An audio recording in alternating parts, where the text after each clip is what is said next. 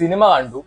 എന്താ പറയേണ്ടതെന്ന് അറിയില്ല. ലിറ്ററലി ഐ എം സ്പീച്ച്ലെസ് എന്ന് വേണമെങ്കിൽ പറയാം. 8 വസന്തലു എന്നാണ് സിനിമയുടെ പേര്. ഒരു തെലുങ്ക് പടം നെറ്റ്ഫ്ലിക്സിലാണ് സ്ട്രീം ചെയ്യുന്നത്. ഹിന്ദി തമിഴ് ഭാഷയിലൊക്കെ അവൈലബിൾ ആണ്.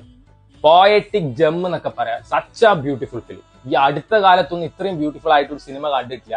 സോ പല റൊമാൻറ്റിക് ഫിലിംസ് ഞാൻ കണ്ടിട്ടുണ്ട്, പക്ഷെ ഇങ്ങനത്തെ ഒരു യുണീക് റെപ്രസെന്റേഷൻ ഒന്നും ഈ അടുത്ത കാലത്തൊന്നും കണ്ടിട്ടില്ല. അടിപൊളി പടം കേട്ടോ. ഈ സിനിമ കണ്ടു കഴിയുമ്പോൾ കിട്ടുന്ന ഫീല് പറഞ്ഞറിയിക്കാൻ പറ്റില്ല. അതാണ് ഞാൻ ലിറ്ററലി ഐ എം സ്പീച്ച്ലെസ് എന്ന് പറഞ്ഞത്.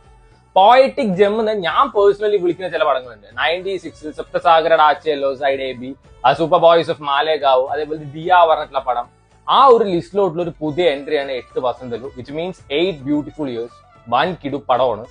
സോ ഈ സിനിമ ഞാൻ കാണാനുള്ള മെയിൻ കാരണം ഇതിന്റെ പോസ്റ്ററാണ്. അതിന്റെ പോസ്റ്റർ നെറ്റ്ഫ്ലിക്സ് കൊടുത്തിരിക്കുന്നത് എന്തുകൊണ്ടെങ്കിൽ ഇലയൊക്കെ വീഴുമ്പോൾ രണ്ടുപേരും നടന്നു പോകുന്നത് എന്തുകൊണ്ട് അത് എനിക്ക് ഭയങ്കര ഒരു അറ്റൻഷൻ സീക്കിംഗ് പോസ്റ്റർ ആയി തോന്നി. അപ്പൊ ഞാൻ വെച്ചത് കണ്ടു നോക്കാന്ന്.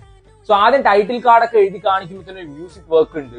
അത് നമ്മളെ അറ്റൻഷൻ പിടിച്ച് പറ്റിയിരിക്കും. ഞാൻ വെച്ചു എന്തായാലും കാണണം. ആ ഒരു മ്യൂസിക് വർക്ക് എത്തിയപ്പോഴാണ് എനിക്ക് തോന്നിയത്. അതേപോലെ തന്നെ ഫ്ലാഷ് ബാക്ക് സീൻസ് ഇങ്ങനെ റീവൈൻഡ് ചെയ്ത് കാണിക്കുന്നുണ്ട്.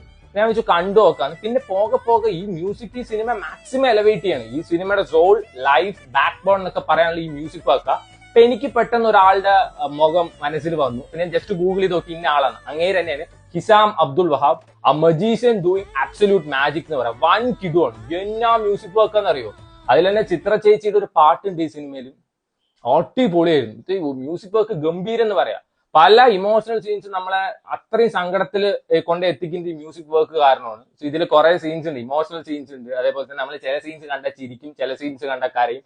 ഫീൽ ഗുഡ് മൊമെന്റ്സ് ഉണ്ട്, റൊമാൻസ് ഉണ്ട്, എല്ലാത്തിന്റെയും പ്രോപ്പർ മിക്സാണ്. ആൻഡ് ഇതിൽ അഭിനയിച്ചവര് മറ്റേ ശുദ്ധി പറഞ്ഞ ക്യാരക്ടർ ചെയ്ത കൊച്ച്, give that lady some sort of award. ആ കൊച്ചിന് കൊടുക്കാതെ വേറെ ആർക്കും കൊടുത്തിട്ട് കാര്യമില്ല. അത്രയും കിടിലൻ പെർഫോമൻസ് ആയിരുന്നു. ഓരോ പോർഷൻസിൽ ആ കൊച്ചിന്റെ എക്സ്പ്രഷൻസ് ഒക്കെ ഉണ്ട്. എസ്പെഷ്യലി ഒരു മഴയത്ത് രണ്ടുപേരും തമ്മിൽ കോൺവെർസേഷൻ ഒക്കെ ഉണ്ട്. വൻ കിടുവാണ്. അതേപോലെ തന്നെ ചില സീൻസ് ഉണ്ട്. അതായത് ഇതിലാ മറ്റേ ഒരു പയ്യനുണ്ട്. ആ പയ്യൻ വന്നിട്ട് അമ്മയുടെ അടുത്ത് പറയുന്നുണ്ട്, നിങ്ങളുടെ ഈ ആഗ്രഹങ്ങളും അംബീഷനും ഒക്കെ എന്തിനാണ് എന്റെ തലയിൽ കെട്ടിവെക്കുന്നത്. അതിന് അവർ കൊടുക്കുന്ന പ്രോപ്പർ ആൻസർ ഒക്കെ വൻ കിടുവാണ്.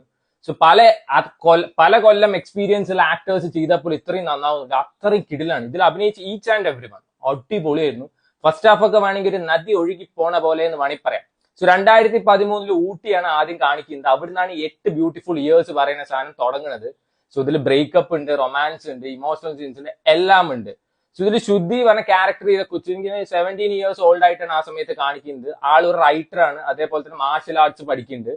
സോ ആ കൊച്ചിന്റെ ലൈഫിൽ നടക്കുന്ന കുറെ ഇൻസിഡൻസും കാര്യങ്ങളൊക്കെയാണ് ഈ സിനിമ വളരെ വൃത്തിക്ക് കാണിച്ചിരിക്കുന്നത്. സോ ഒന്ന് പാളിക്കഴിഞ്ഞ ക്രിഞ്ച് ഫെസ്റ്റ് ആയി പോകേണ്ട പല സീൻസും ഇവർ കിടിലനായിട്ടാണ് പെർഫോം ചെയ്തിരിക്കുന്നു, പ്രസന്റ് ചെയ്തിരിക്കുന്നു. സിനിമാറ്റോഗ്രാഫി അറ്റ് ഇറ്റ്സ് ബെസ്റ്റ് എന്നൊക്കെ പറയാം. ചില